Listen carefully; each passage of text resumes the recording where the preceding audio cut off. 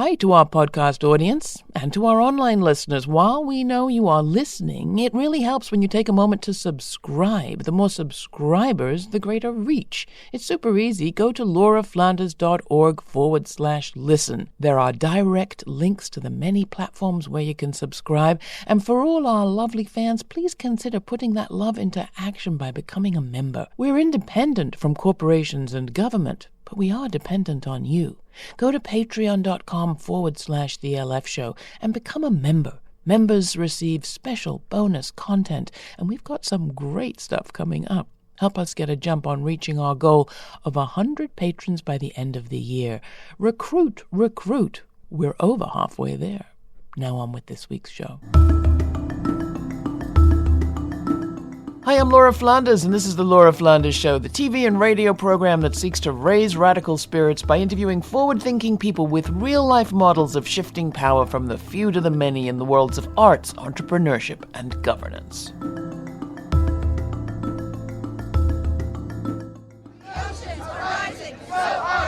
This is what we have to do. We have to bring street heat on the inside, we have to do it on the outside, and we have to be willing to stand up for the things that we know are necessary.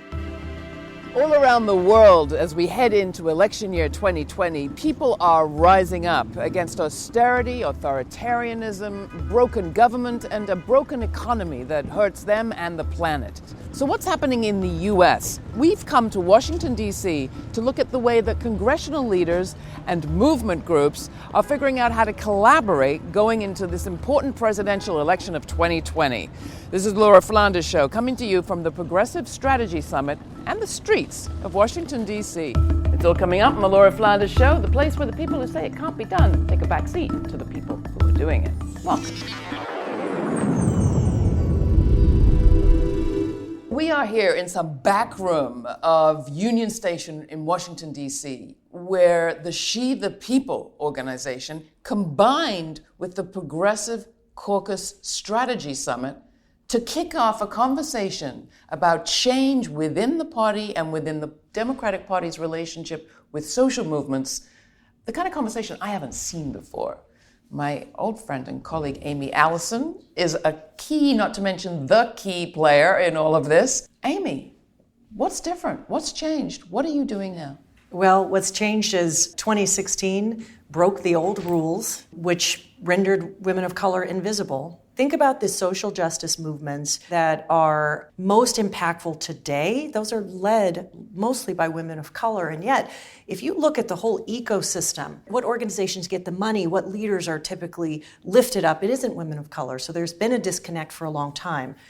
I'm going to argue that the progressive movement, the left wing of the Democratic Party, was in a losing position because they just didn't get racial justice right and weren't able to speak the language of and the politics of intersectionality and weren't able to say, look, if we do not speak to women of color, we're not going to be successful in our politics. So talk about it. You say that you are going to build a movement the like of which we have never seen.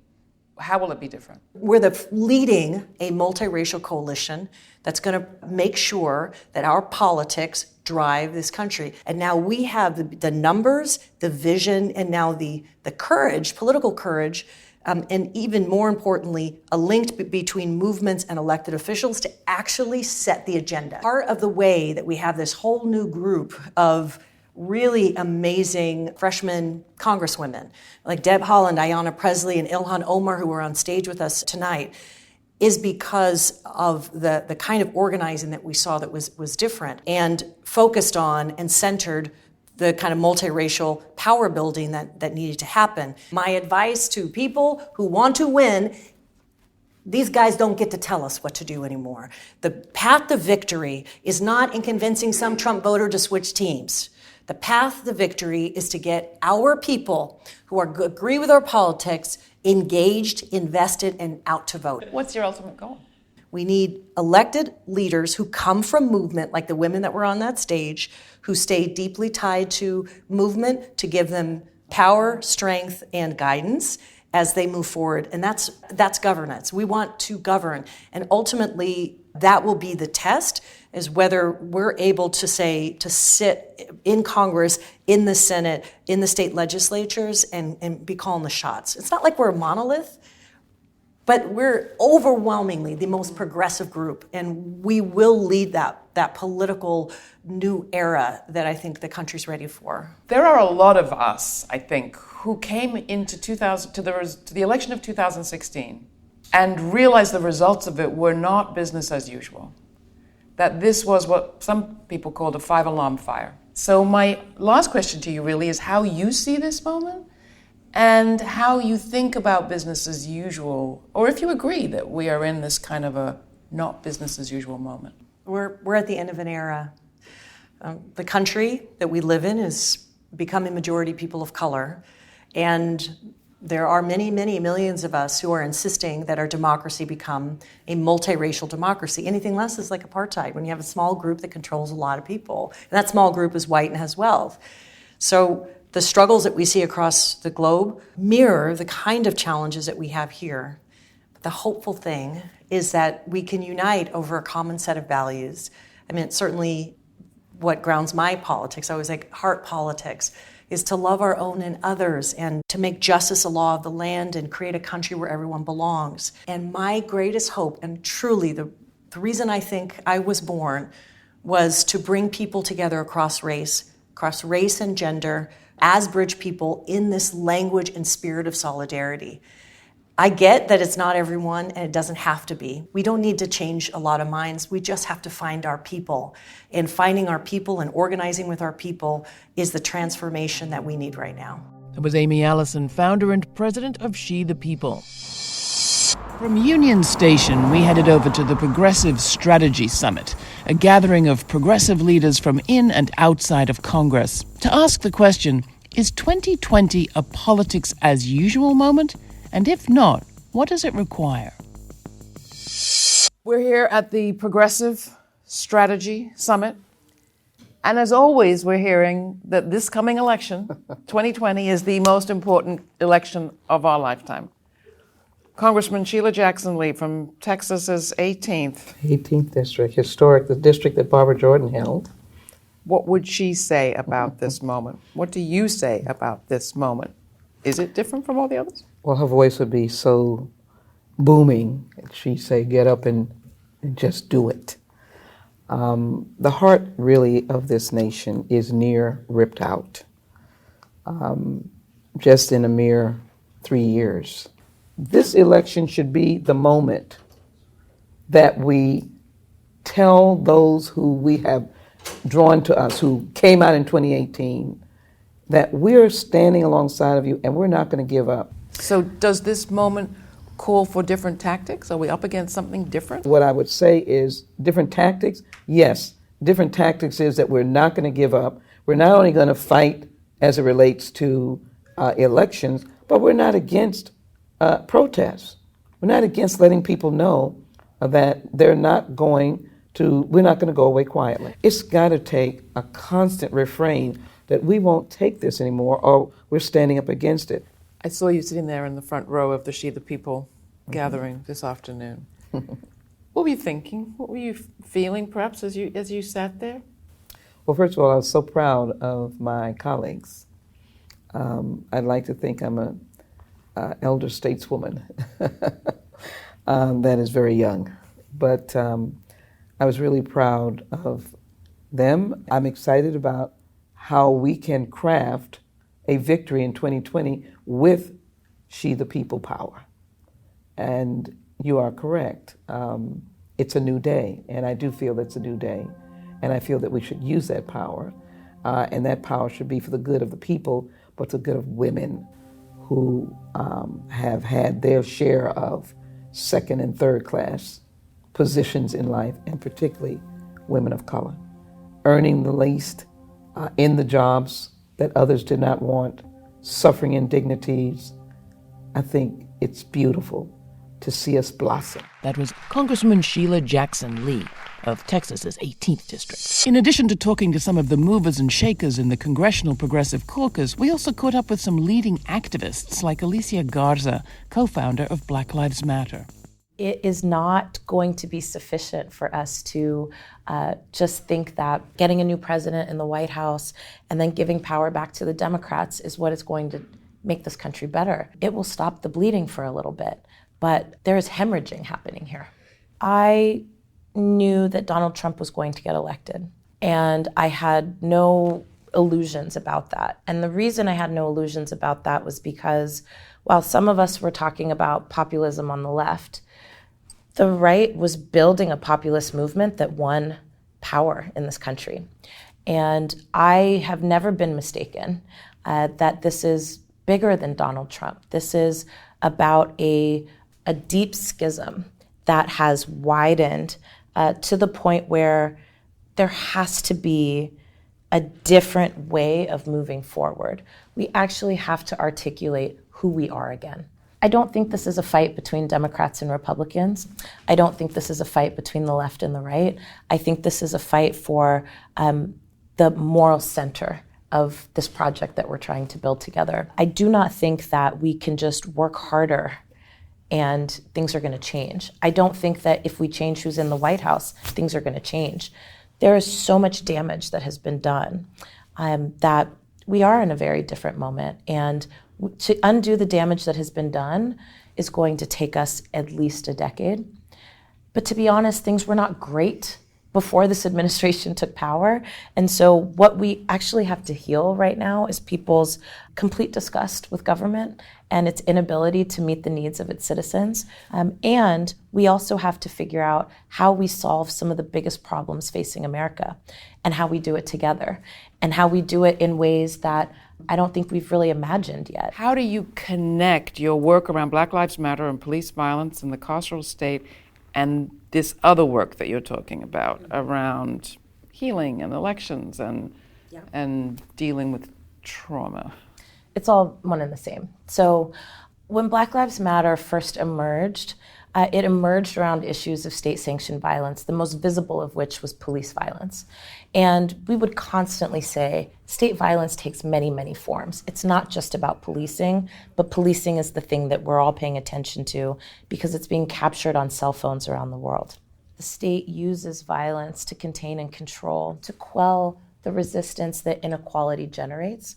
I was, off on a trip and I was reading about rolling blackouts that were happening in the richest city in the nation, right? How is it that in the San Francisco Bay Area, the home of venture capital and tech capital, that people can be without power? And that is because of the increasing control of corporations over our government and the increasing relinquishment that our government gives to corporations to do whatever they want and to line their pockets and to not regulate them.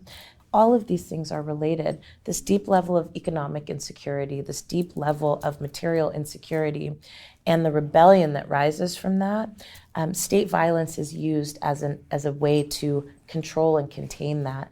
And if they have to kill you, they will. And do we believe it that what's at stake here are our lives? What's at stake right now is our actual futures. The progress of the problems that are plaguing this country have accelerated since this administration took power.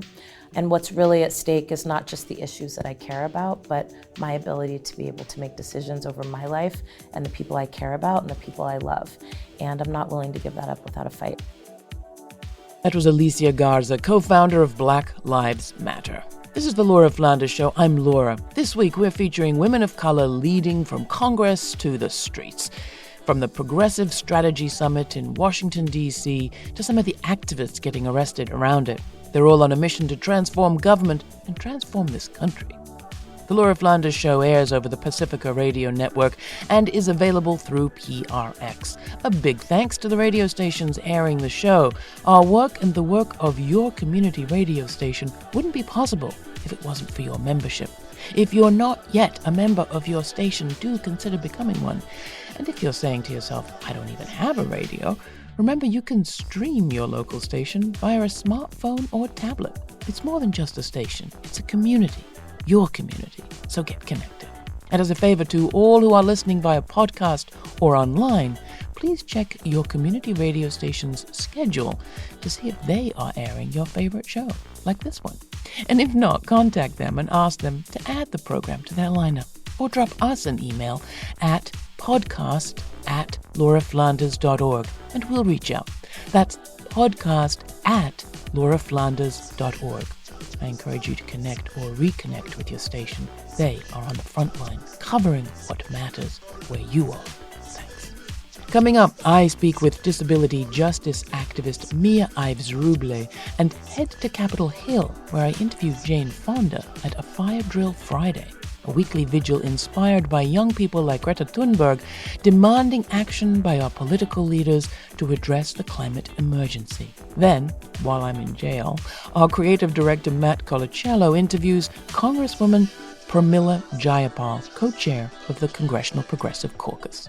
That's all coming up, but first, here's Save It or Lose It by Funk Rimini, part of the Earth Night 2019 compilation curated by DJs for Climate Action, courtesy of earthnight.org, a global initiative harnessing the power of music and nightlife to celebrate and support climate action.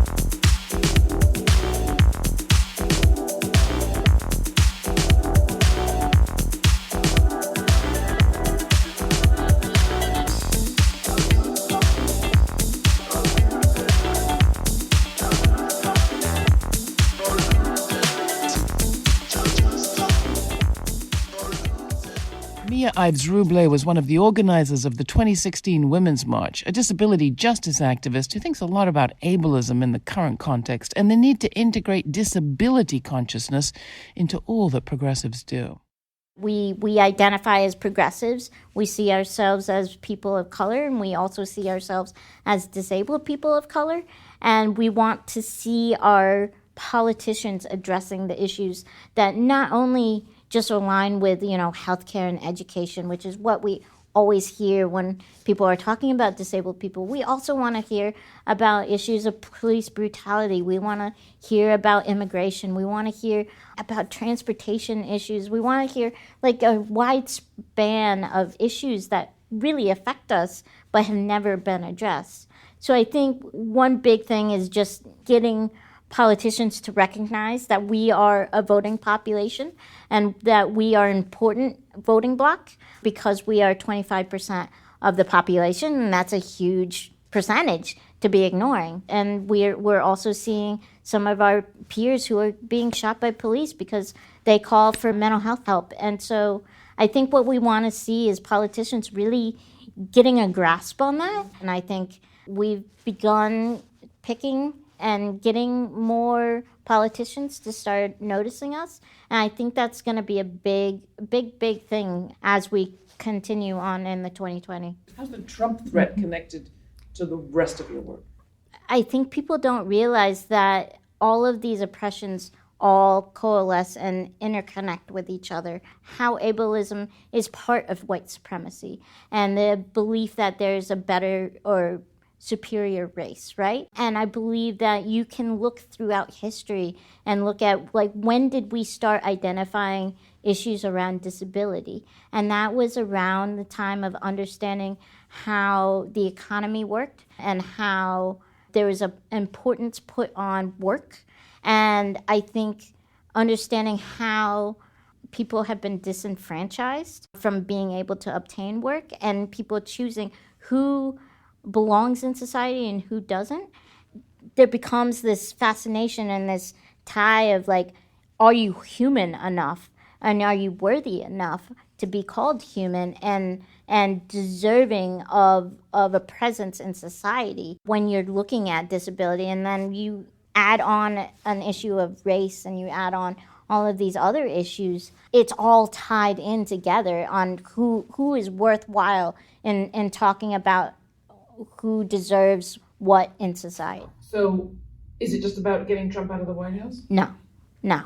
If we get somebody like, say, Joe Biden, or we get somebody who just wants to go back to sort of what we have had in the past, are people going to still stick up for us? I mean, people were getting caged long before President Trump came into office, and there wasn't a lot of outcry. People like Obama continued policies that were hurtful to a lot of communities.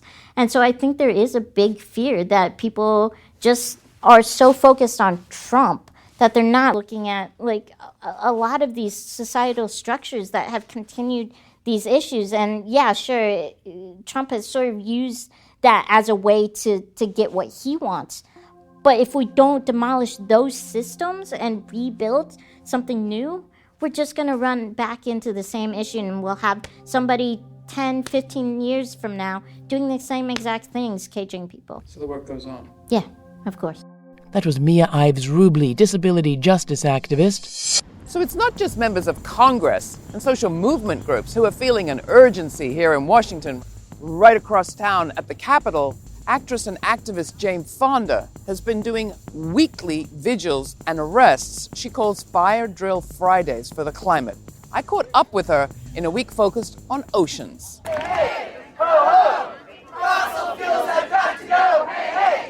We're holding, I've been working with Greenpeace and a number of other environmental organizations to hold these Fire Drill Fridays. Greta says our house is on fire, we have to behave like it is, so we're having Fire Drill Fridays. We have to do everything we can now. This is the time, we only have 11 years. Leave our comfort zone and become more of an activist. The scientists now say that's what we need. We need massive numbers of people in the streets. So not just vote, but a whole lot more. Well, we have to vote. We have to vote for the climate. We have to vote for people that are not moderate, people who really understand that this is a time when it's too late for moderation, when we have to do something as brave as a Green New Deal. And then we have to stay in the streets to hold their feet to the fire. We can't just elect them and then go away. No matter how good they are, we have to keep pressuring with growing numbers and, if necessary, shut the government down. Ted Danson, actor, activist, and author of Oceana, Our Endangered Oceans and What We Can Do to Save Them. Hey, we can do this. We really can. It may be a little inconvenient, but it's not as inconvenient as fires and floods and mass migration and droughts and starvation. That's inconvenient. Here's what some of the climate activists had to say. What do we want? Well, anyone who has children or grandchildren needs to be worried about this because we're running out of time to deal with food, water, clean air. I feel like our elected officials are doing nothing to stop climate change, and yet it's an existential threat. And now is the last moment. Now is the 11th hour for us to take action. The climate crisis is having impacts now. Right now, while we're speaking, there's much stronger wildfires, and we're having routine blackouts in the United States of America and in one of the richest parts of the country in California. So this is a crisis that affects everyone. We have 1 million species out of about 8 million on Earth who are predicted to go extinct. So this is an enormous crisis. We've done everything we're told we're supposed to make change in a democratic society. None of it's worked, so we got to resort to civil disobedience. So here we are taking the streets. So we're live here at the Fire Drill Fridays. And I don't know about you, but I was super moved by a lot of what we heard this morning. Not just the idea that this isn't business as usual, we know that, but that this is really a matter of changing our relationship to the natural world and to one another. So I think I'm going to go get arrested because we do have to put our bodies on the line and our actions have to reflect our words. So let's go join Ted and Jane on the steps. While I was being processed by the Capitol Police along with about 30 other demonstrators, Laura Flanders' show creative director Matt Colicello interviewed Congresswoman Pramila Jayapal, co-chair of the Congressional Progressive Caucus, about her take on what's called for now. Can you talk about right now and what this moment requires of us? Is this a business as usual moment? No, so far from that. I mean, this is, I think, one of the most important moments in our history. And when you think about all of the things that are happening, we are in the midst of a constitutional crisis, first of all, with a president who is abusing the power of the Oval Office, that is completely disregarding Congress and the at least co-equal nature of our branches of government. And sort of at the same time that really difficult stuff is all happening, we have the most progressive, the most diverse House of Representatives in the history of Congress.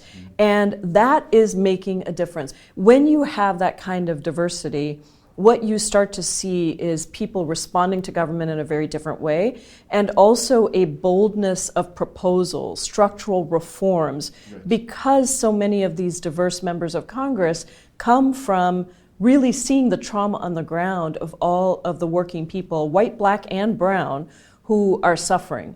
So it's a moment, as an organizer for 20 years before coming to Congress, I like to say that strength emerges in times of crisis. And that is, I think, what you see, a movement that is unifying, a movement that is pushing for bold change that will actually reform some of these deeply embedded problems that we have, institutionalized racism, sexism, classism, and I think pushing for something very different. How do we bring our movements into the Democratic Party or into government in general? Well, I mean, we're here, and the Progressive Caucus is a perfect example of this. We have either 100 or 101 members in the House that are part of the Progressive Caucus. That's 40% of the entire Democratic Caucus. But more than that, there are the movements that support this work. It's important to get Trump out. However, that doesn't fix the problem. So structural reforms that we need to take on white supremacy, we need to take on corporate supremacy, and we need to take on individual supremacy. And then, of course, climate. We need to make sure that we are addressing the urgent crisis of climate, which, by the way, has all three of those supremacies that I mentioned tied right into why we are not making progress on climate. Can you just talk a little bit about what it has been like since 2016 to be in this extended moment of crisis in our country, but also to be part of this cultural shift towards making the Democratic Party more progressive? Yeah, well, I never wanted to be in office. I was an activist on the outside, and I was pretty skeptical of elected officials, but I suddenly realized that we are giving up this important space for organizing.